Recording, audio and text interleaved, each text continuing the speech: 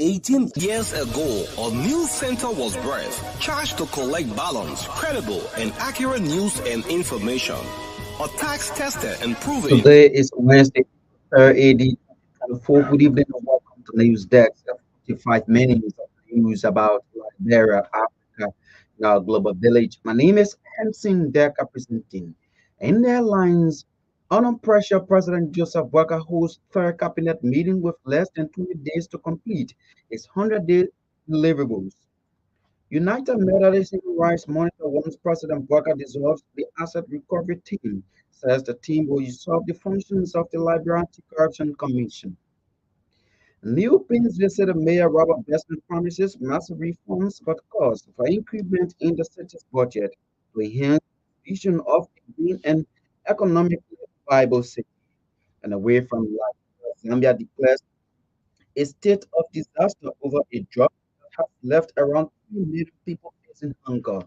Details of these developments to news bulletin, the voices of the newsmakers post are anticipated on this Wednesday edition of the news program. Up next is Augustine Sir with the news bulletin. Good evening.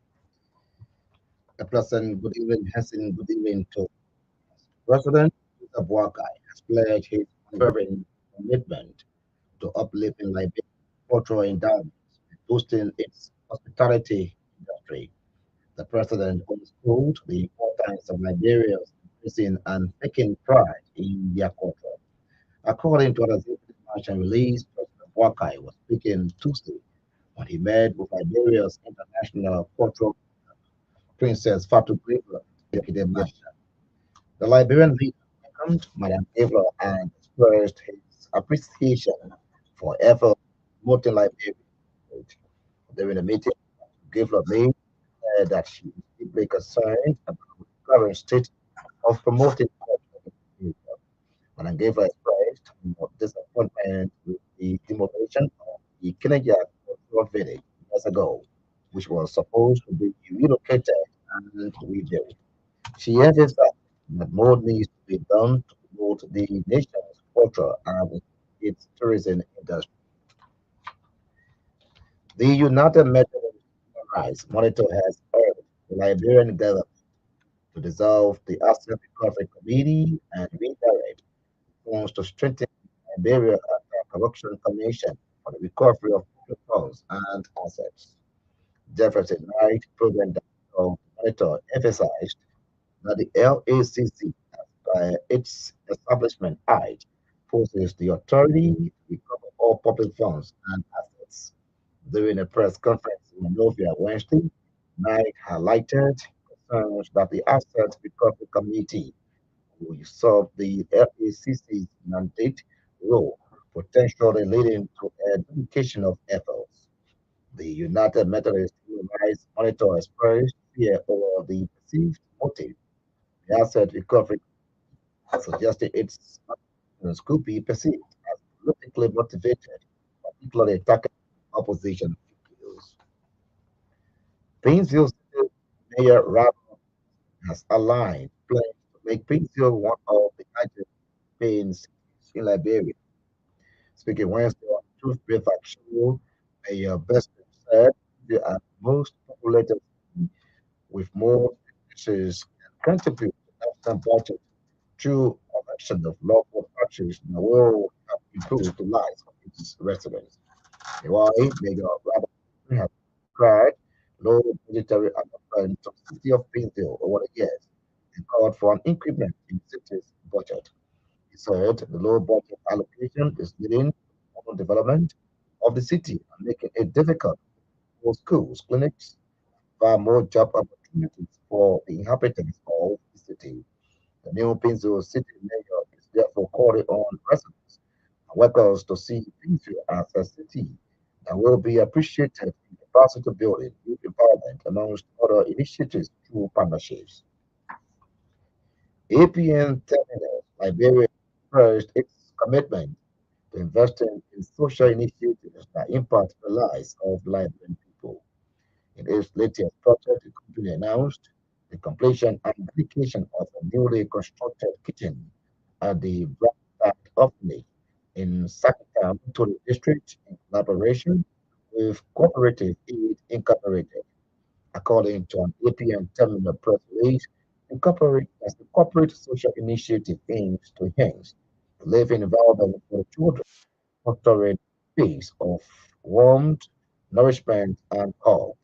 The dedication ceremony held recently marked a significant milestone with the unveiling of the new kitchen built with dining area and pantry facilities. The company added that alongside this APN terminal, Liberia installed an innovative 18 kilowatt solar power system backed by a 28 kilowatt battery capacity, ensuring sustainable and reliable energy for years to come. The release quotes European Terminals Managing Director Clay Crane as saying they are thrilled to see the completion of the project, which not only provides a modern and efficient kitchen for the orphanage, but also aligns with the company commitment to sustainable practices. Crane added that the 18 kilowatt solar power system with 28 kilowatt battery capacity would not only reduce the carbon footprint, but also provide reliable energy to bright start up, supporting the operations, missing the lives of the children. Bright Start Orphanage Project stands as a testament to European terminal and various dedication to corporate social responsibility and uplifting communities in smallholder farmers on the banner consortium of rubber sector actors in Liberia has announced a planned protest in Monrovia on Monday, 8 April. Speaking Wednesday at a press conference, the group's chairman James Sakia stressed that the protest is intended to re-echo calls for the government of Liberia to lift the ban placed on the exportation of processed rubber. It can be recalled the government of Liberia under former President George Weah issued Executive Order 124 preventing the exportation of unprocessed rubber from Liberia, something termed as creation of poverty. According to the group, a ban which has created monopoly in rubber market is in the interest of foreign businesses and the detriment of struggling Liberian farmers. Sekie further lamented that the ban is intended to push Liberian rubber farmers in abject poverty, something which he said they will resist as patriotic Liberians.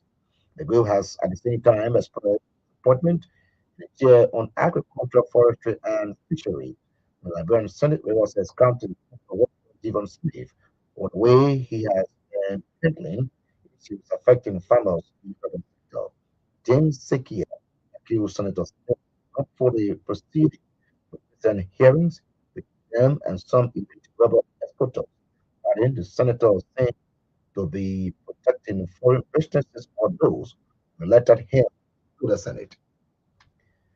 In the absence of budgetary support for legislative projects across the country, my Giving County District 4 Representative Emmanuel Yah purchased a new yellow machine for rural connectivity in the district. The yellow machine, according to Representative Yah, is intended to connect towns and villages that have been disconnected over the years due to bad or no roads. The Margibi County District 4 North and the connection of village to town roads where farmers take their food to pay the market. Representative Emmanuel Yard told that the operator road grading machine prepaid by him was called on users to handle the machine with care and rendered used support. He remarks recently after receiving the yellow machine records of a district representative Yard for the initiative communicate as first of its kind of the establishment of the district. The residents committed themselves to tackling raw equipment here and how to support representative Yara's vision to transform. The Liberian National Bar Association is expected to hold its General Assembly this Friday in Monrovia, appearing on the True Show Wednesday, and be a Secretary General Capital Obama said. The Assembly is consistent with the Constitution of the Bar Association. According to him, the Assembly, which will run from April 5 to 6, will bring together members of the bar, civil society actors, and others to Professor Jackson's on enhancing the rule of law in Liberia. That's Council Obama Foreign Police, the Assembly will further highlight the successes and challenges of Liberian by over the years. In more judicial news, Criminal Court D has brought down a non-guilty verdict in favor of defendant George Weddy, popularly known as Jack Nicholas, on allegation of armed robbery. George Mamiata has to leave, according to Arrested Judicial Correspondent. The quoted defendant Weddy on grounds that state lawyers did not prove armed robbery against him despite parading 7 witnesses against the victim. Our judicial correspondent noted that George Saleh's decision means that defendant Weddy remained in prison to face prosecution on allegation of rape, another crime he was indicted for. Defendant George alleged committed the act in March 2023 and was arrested, charged, and indicted. He denied the charge leveled against him to his acquittal that it was announced Wednesday, April. Two civil society organizations, the Rural Human Rights Activist Program and Saving Humanity Education and Development, have embarked on a 3-year project aimed at training over 150 police and correction officers on human rights promotion within the justice system of Liberia. Norman Bixer, executive director of RAP, built Project Tattoo Strengthening Democracy and Respect for Fundamental Human Rights of Prisoners in Liberia. The initiative also includes skill training for over 500 inmates, legal services for 150 inmates, and the provision of marketable skills for those with long sentences aligning with the Nelson Mandela route on prisons. Speaking at a press conference in Monrovia, Mr. Besa highlighted the project's focus on empowering youths with livelihood opportunities while serving their sentences. He further revealed that the European Union funded project will facilitate phone access and credits for inmates to communicate with relatives and loved ones over the next 3 years. The Secretary of Civil Society Human Rights Advocacy Platform Liberia said war crimes committed during the Liberian conflict cannot be forgiven or overlooked. Adam and Dempster emphasized the momentum gained by advocacy efforts at both national and international levels, asserting that the Liberian movement cannot impede progress towards establishing a war that's called. During a live interview with the local radio station from the United States, Dempster underscored widespread demand for justice, indicating that the desire for accountability surpasses any inclination to move on from the past, encouraging the Liberian Senate to act decisively that encourage husband of the House of Representatives resolution calling for the establishment of a war and economic crimes court in Liberia. World Health Organization, in collaboration with the Ministry of Health through its National Blood Safety Program, has kicked off voluntary blood donation initiative. The program is on the theme addressing Liberia's need to ensure access to safe quality blood and blood products for a healthy population to voluntary blood donation. Voluntary blood donation, which was held Wednesday with three firstly began at the United Nations House, Monrovia. Stakeholders, including WHO representatives, Dr. Peter Clement, and others at the UN clinic. Later on, the program extended an of health web for citizens, including medical students, donated blood.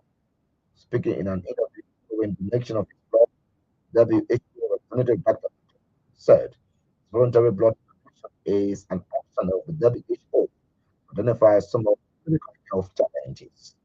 According to this lecture is geared towards raising awareness, access to blood, because blood is a very major commodity. Also speaking at one of the United Nations House, just at the one United Nations House in Monrovia, after her donation, Ms. Natalie UNICEF report officer expressed concernment or the exercise. According to her, it was the first time donating blood. It feels good doing so in order to save lives. A pro-media group, Media United to Enhance Democracy, has termed as troubling reports surrounding the alleged massive dismissal of employees and contractors of government which seek to undermine national security. According to the group, government must be mindful how it goes about removing Liberians from government payroll, especially in the wake of a poor private sector. The group, through its executive director, Deb Wright, wants government to find other alternatives to absorb those in bag that's earmarked removed from government payroll. Clark said, in the absence of a strong and vibrant private sector that will provide jobs, government cannot be insensitive to the plight of its citizens, knowing fully well that it's the only big source of employment. According to Clark, since the end of Liberia's civil war, government continues to remain the biggest employer. First, the Burkite-led administration must be calculated ongoing exercise. This plan dismisses according to the group puts more hardship on areas of the already impoverished during society and a recipe for increased insecurity. Former Foreign Affairs Minister and co-chair of the Anti-Books International Center, Madam Olubaki, has pledged the institution's commitment in providing skills training programs for Liberian youth. Actively living for institution engagement with leaders of the motorcyclists and some at-risk youth assured the government of working with the Cotton Junior College in Miami to initiate a program of conflict prevention and peace building. Noted that a special program will also be designed for the at-risk youth, name a start, take back our children in at reuniting them with their families. For a part, the establishment coordinator of the Anti-Books International Center and co-chair ECOWAS Being White, Councillor Zibed Gibson, were applauded the youth for their level of contributions in the 2023 general election. At the same time, encouraged the disadvantaged youth not to be fooled by politicians to disrupt the peace of the country. Instead, put themselves first, think of their mothers. In foreign development, Zimbabwe has declared a state of disaster or a drought, has left around 3 million people facing hunger, making it the third country in sub-Saharan Africa to raise the alarm. Poor rains have brought havoc across much of the region, where according to the UN's World Food Program, 20 million people do not have regular access to nutritious food. Zimbabwe's President Emerson Mnangagwa said the country needs 2 billion to combat the effects of insecurity to its border, much like in neighboring Zambia and Malawi, which have also declared states of disaster and emergency. Low rainfall has wiped out about half of Zimbabwe's rice crop, the nation's staple food. The grain shortage has subsequently put up food prices. Zimbabwe now turns the regional struggle to find meal on the international market. The authorities say the number of people needed full aid will be higher than an initial projection of 2.7 million. That's the news bulletin is back to Henson Decker for the continuation of this.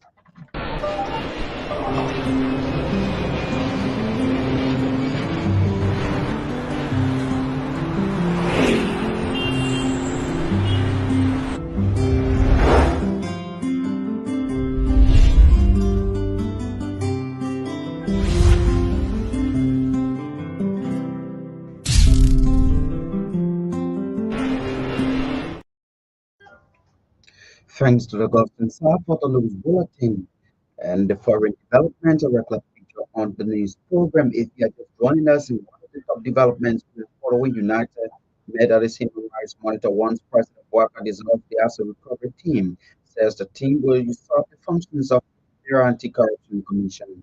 Let's bring you the voices of the newsmakers. President Joseph Walker has ended his third cabinet meeting at the executive mansion in Monrovia.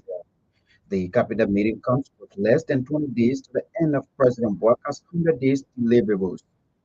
During the meeting on Wednesday, members of the cabinet discussed issues of national concerns, including progress on the 100 days deliverables. Presidential Press Secretary Kula Fofana spoke with journalists after the meeting. It's been a very active day where the president had his cabinet meeting with his cabinet ministers. They gave him briefing on the different updates where they stand when it comes to the 180, the first 100-day deliverable. And we also talked a lot of different range of issues in all the different sectors, those that were on the agenda as we went here all day. And the president definitely looked forward to more updates from his ministers and topics centered around food security, agriculture, for example, talk about where we stand on our commerce as well. We also had the Ministry of Mines and Energy talking about the issues of electricity. Remember, very recently there was a roundtable electricity sector meeting held, some updates around that, where we are, and a range of issues culminating into things that have been happening specifically on the agenda. So it was a full agenda, a full day on everything happening in the country. The 100-day deliverable plan is in place. Things that were already in motion, they're continuing in motion. But the little challenge is that the budget is yet to be passed by the national legislature. And as the president did invite the national legislature to resume work to pull them back from the agriculture or from security break. And that they are now debating the budget. We hope that very soon we're able to pass this so that those other things that require the budgetary allocations and financial support be taken care of. So yes, it's on course. Good work, preliminary work on a lot of different things, emotion. We're all looking for that signage of budget into law, and we see a lot more happening. But the president, his 100 days deliverable, he's never changed. He even re-emphasized that today, like he's proud of it. Kula Fofana is Presidential Press Secretary there speaking with journalists. The United Methodist Human Rights Monitor has urged the Liberian government to dissolve the Asset Recovery Committee and redirect the funds to strengthen the Liberian Anti-Corruption Commission for the recovery of public funds and assets. There was a night program director of the Monitor emphasized that the LCC aspect its Establishment Act possesses the authority to recover all public funds and assets. During a press conference tomorrow, Wednesday night, highlighted concerns about the asset recovery who usurped the LCC's mandated role, potentially leading to a duplication of efforts. The idea of usurpation of power because the release of assets recovery. And I read to the LACC rather. They have that is about just throwing money, misdirection, and we have to bring the money into the LACC for that to be used, that will use the LACC. So that the noise because they use emotion and targeting individuals, witch hunting. Because not only the statutory institution that human being are led to do the work, they should be the full responsibility of the NCC to ensure that these assets are recovered. Put them on the feet. Why are they doing why are they giving all the money, taxpayers' money, they're paying the lot of employees and experts problems that well, the president of just took power after so on the power. That's we're not for us and for planning. I as a recovery and effective so that people cannot look at it or reflect something else. Not look at it so, witch hunting. And we're proposing that in this process from 2000 will help us in addressing these kinds of situations. We're going to start taking it up 2018 like a witch hunt from a president that is systemic. Those whole corruption systemic. It should not now. There are other things that happen than practices that really as a lot of that is background. Yeah, people August 2018. When I go back as far back as 2008, 2008, I see how those access, those monies, that some of that in foreign accounts in different countries can be covered so that it can be used for the benefit of the people in terms of enhancing our lives and addressing all the social issues that we are facing as people in this. And that's the LACC will have different anti institutions that should be working to track these unscrupulous individuals who have stolen money from our country and deposited them in different banks from them foreign businesses in different countries. So Jefferson Knight is the program director of the United Methodist Human Rights Monitor.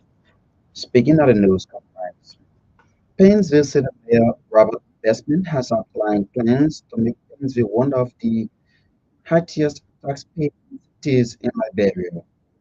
Speaking Wednesday on True Breakfast Show Wednesday, Mayor Bestman said Painesville, as the most populated city with more businesses, can contribute to the national budget through collection of lawful taxes that will help improve the lives of its residents.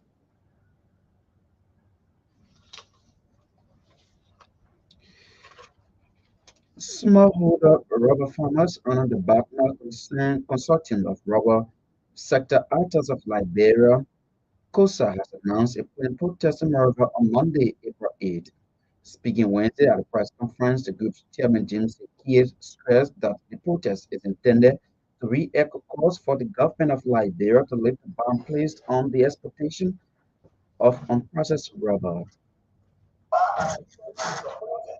the share of agriculture farmers tourists and give us the way these issues has been dealt with. And the point that that the way management this situation has been that we just for the give us serious study and experiment study development. We cannot get it out of it. Reason why when we were making the development of Nigeria, it did not for activation were extended for all to we never do more and we are playing another group to carry the to other hand. For all, we are on the physical ground and we can represent and convince anybody why we consider that study future will be programmed by me. Not before people and then we got the building and then coming from the public. Later we met this before that we were bringing a group of me and before that also go they were playing that really interesting for one of the and well that also is we prepare from the city and choosing one of our actors to have the group and don't go down to life party there, go down to channel who the main idea is already concluded that those actors are criminal and the testament with document that from him is something that is saying that many about. So when we heard that we concluded that nothing can get out of it. James Sekie is the chairman of the Consortium of Rubber Sector Actors of Liberia, disclosing a planned protest on Monday, April 8 in Monrovia. World Health Organization, in collaboration with the Ministry of Health through its National Blood Safety Program, has kicked off voluntary blood donation initiative. The program is one of the themes addressing Liberia's need to ensure access to safe quality blood and blood products for a healthy population through voluntary non-fee blood donation. The voluntary blood donation, which was held Wednesday, April 3rd, firstly began at the One United Nations House in Monrovia, where stakeholders including David represented Dr. Peter Clemens and others at the UN clinic. Speaking in an interview following the donation of the blood, WHO representative Dr. Peter Clemens said his voluntary blood donation is an action of the WHO to identify some of the critical health challenges. One of the activities for the World Health Day this year is actually to identify some of the critical health challenges and how to increase awareness. One of it is access to blood. This is a very basic commodity like significant. Many patients have to get blood supposed to be followed by given that. So this is exercise today, which we do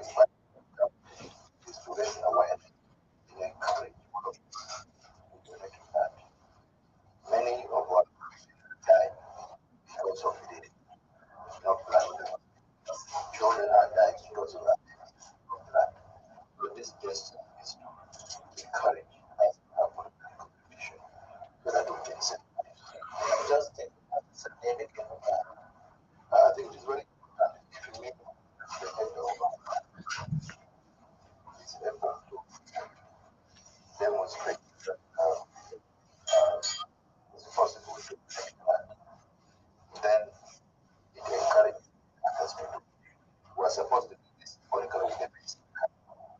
But unfortunately, I have other commitments in sources to and demonstration. Is it a demonstration?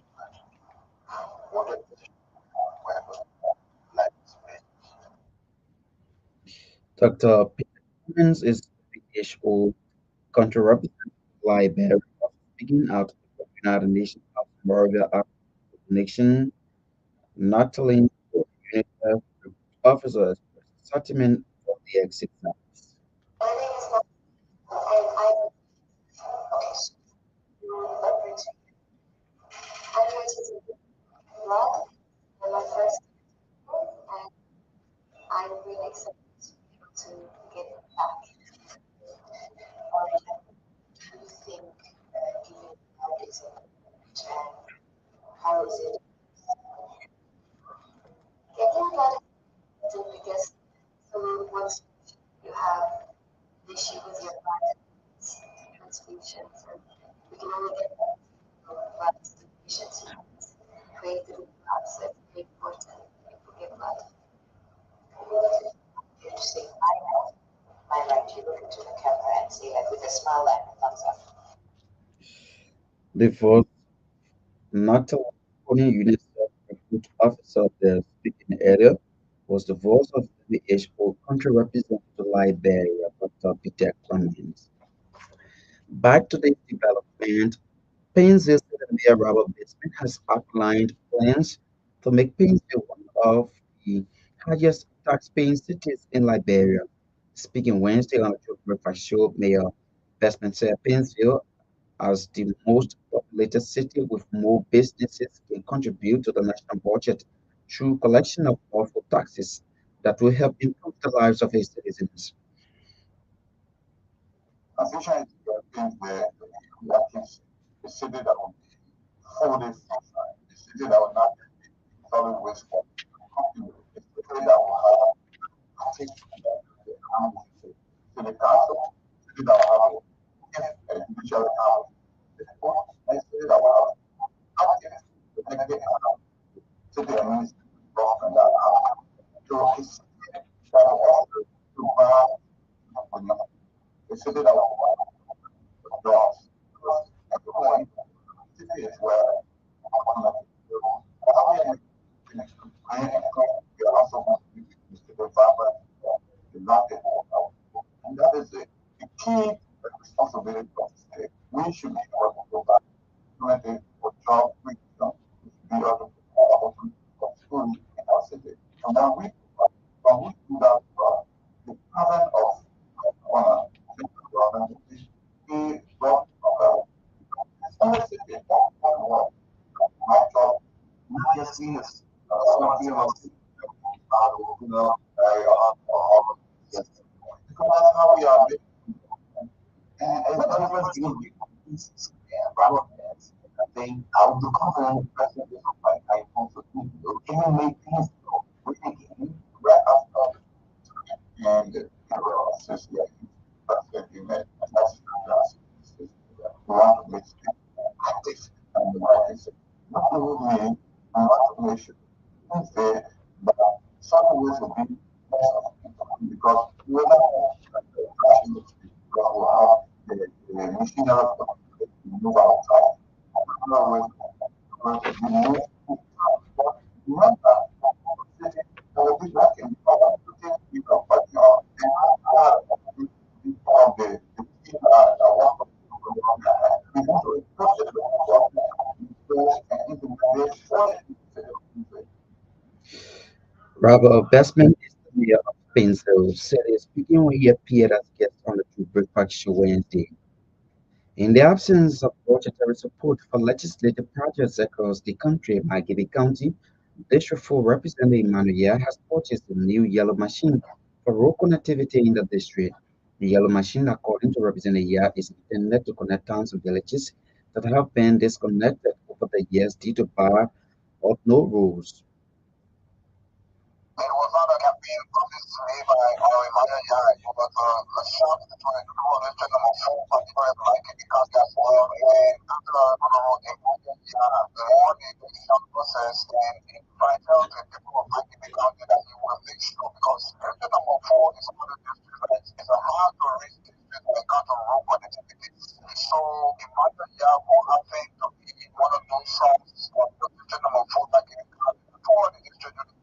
says, sorry to practice a young BC from the Rock District number 4 and at BC. It was during the course of this contest, it was officially turned over to the Rock District number 4, Mike Kikanda, where they, during the presentation of this speech, we have parties, areas of the districts, the sons and daughters of the districts, institution and organization of all present to the people of District number 4 in Mike Kikanda, our young populace, to the people that NCBC is intended for connecting rules.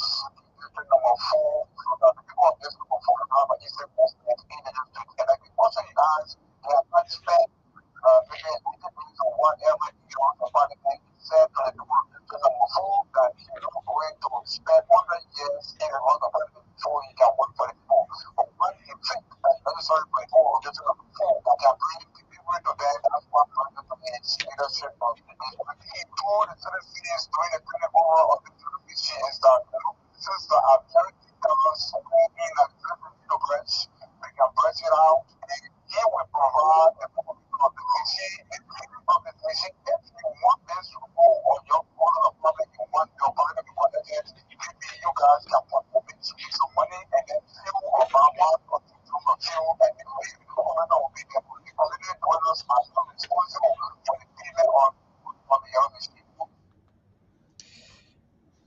James McBride is arguing to correspond with that development. The Liberian National Bar Association is expected to hold its General Assembly this Friday in Monrovia. Appearing on the Breakfast Show Wednesday, LP Secretary General Councilor Obama said the Assembly is consistent with the Constitution of the Bar Association. According to him, the Assembly, which will run from April 5 to 6, will bring together members of the bar, civil society actors, and others to proffer suggestions on enhancing the rule of law in Liberia. Consistent with the Constitution of the Liberal National Bar Association. This week on Friday, Saturday, which will be the 5th and 6th of April 2024, the bar will be hosting its General Assembly.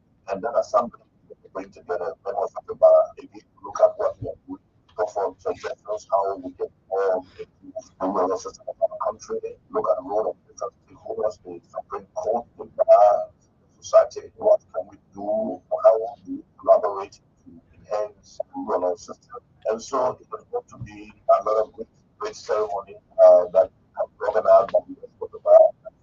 Everybody seems to be there. The Supreme Court has suspended this for Friday. And so we have in attendance again the Chief Justice and Associate Justices. You may be aware they are all members of the bar. We got a national president, Council Senator already, members of the National Executive Council in attendance. We're going to have our partners. Also, are you sure nobody will have our partners celebrating in our events? They're going to be there to celebrate complimentary groups. We're going to have even membership, which include the judges who are going to be there, and then the students will be other members more would be there to make complimentary meetings. Councillor Temple, our immediate past president of the bar, has graciously accepted our invitation to serve as a keynote speaker, and he will be addressing the general question of impunity, the implication for the rural system of our country. So, as I said, our invitation, we will be honoring that to address members of the bar. And so it is going to be a great time. On Saturday, of course, the dramatic things that the play will gather us, such as the parade taking place on Saturday. And so again, we have a lot of presentations which voted on the participation of our membership customers which are the education committee is doing great. And so we have recommended some topics which will be unraveled by different presenters and the so the CNP will take place on Friday and Saturday respectively. Councillor Bonaparte is the Secretary General of the Liberian National Bar Association. The appearing as guest on the Breakfast Show. Former Foreign Affairs Minister and Board Chair of the Anti-Brooks International Center, Madam Paula Banking King Akirili, has pledged the institution's commitment in providing skill training program for Liberian youth. Madam Akirili doing her institution engagement with leaders of the motorcyclists, some at-risk youth at show the gathering, working with the Cottington Junior College in Marquette County to initiate the program on conflict prevention and peace building.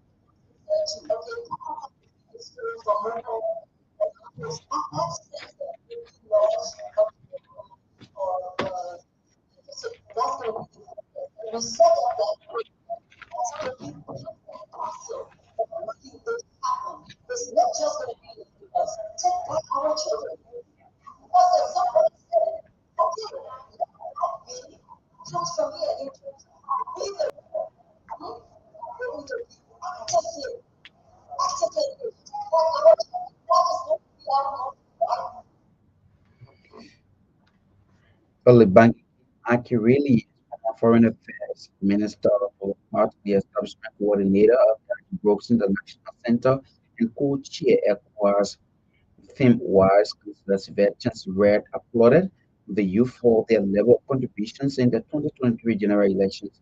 She at the same time encouraged the disadvantaged youth not to be fooled by politicians to disrupt the peace of the country. Instead, put themselves first and think of their mothers. And that's what the situation room is about. Let us be clear that when God put this thing on our heart called the Women's Situation Room, it was because it came from a point that we as mothers must be in charge of our children. That we as mothers must have an aspiration for our children. We must care for what happens to our children, where they are going to go, how are we going to open doors for them, what systems are we going to put in place to secure them. Come on now, we have each child we have 20 children, but each child we have, when we have that child, that will hold that child in our arms. The feelings that we have, the aspiration for that child, knowing that that child, oh God, please give me everything I can to make this child secure. Please don't let any harm come to this child. He was giving her a miracle. It was my duty and my responsibility to take care of my child. That's why you see so many men calls. Let's say saying people need 10 jobs if that's what it takes to take care of their children. Not because that because we're thinking we want to be rich or anything, but because they're working for us, it is our responsibility to do it. That God has given us something that He gave to everybody else He does not give to men, He gave it to us. The wider presidents of the Motorcyclists and Tricycle Union of Liberia joined in thank the eminent women for the knowledge provided them during the elections, which helped them to remain peaceful during the process. Well, folks, that's all the time we have to be with you on this April 3rd, 2024 edition of the news program News Desk. As we take leave of you, these are the top stories we have been following. Under pressure, President Joseph Walker hosts third cabinet meeting with less than 20 days to complete his 100 days deliverables. United Methodist Human Rights Monitor once President Walker dissolves the After Recovery team says that's the team will usurp the functions of the Liberia Anti-Corruption Commission. New Prince visited Mayor Robert Bestman promises massive refunds, of course, for increment in the city's budget to enhance its vision of a green and economically viable city. And of the home front, Zimbabwe declares a state of disaster over a drought that has left around 3 million people facing hunger. Thanks to all of those who helped in making today's production of News Desk a success. Augustine Sarr read for us the news bulletin. The foreign development mind Tobian sat behind the camera. Johnson Batoma ably coordinated the sound. For and on behalf of the production team, my name is Henson Jagger. I have been your presenter. Good evening.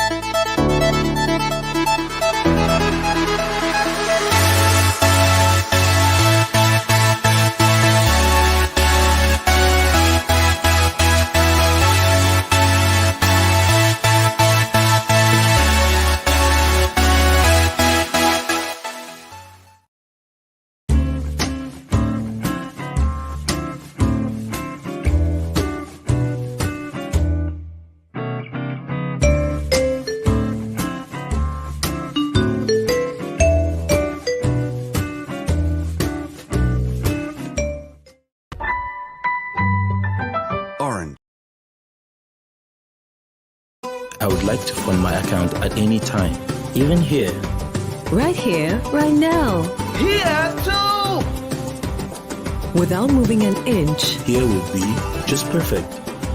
Henceforth, send money to your Orange Money account from your bank account and vice versa directly from your mobile phone. A simple and fast solution that is always available to ensure a permanent access to your Orange Money services. Anywhere, anytime, send money to your Orange Money account from your bank account from your mobile phone to cash out, to recharge, to transfer, to pay, to buy. To subscribe to this service, go to your bank branch office partner to the Orange Money service. It's all about what matters to you. Orange.